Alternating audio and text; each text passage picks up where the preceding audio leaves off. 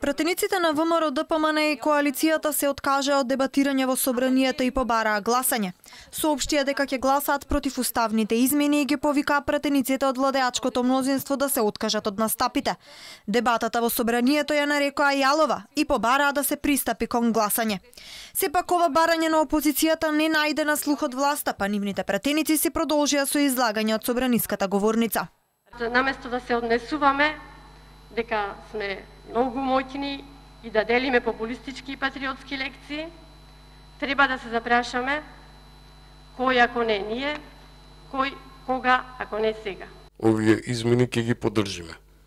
Во моето животно искуство и врз основа на истото можам да ви кажам, почитувани колеги, дека не често се случуваат вакви историски моменти, одлучувачки моменти. Од другата страна можеше да се забележи незаинтересираност да говорите, па председателот на собранието Џаферија прекина расправата и го закажа продолжението на пленарната расправа за уставните измени в петок, а за утре се закажа друга седница. Инаку денешната дискусија во првиот дел од собраниската расправа се заснуваше на репликите и одговорите по јавувањето на пратеникот Панчо Минов. Тој понуди дополнување и измени на договорот од Преспа, особено во делот за внатрешна употреба. Побара предлог амандман за гаранција на идентитет кој би бил предложен од опозицијата. Исто така и надменување на разликите околу уставните измени меѓу Заев и Мицковски, на што реплицираше и министерот за надворешни работи Димитров.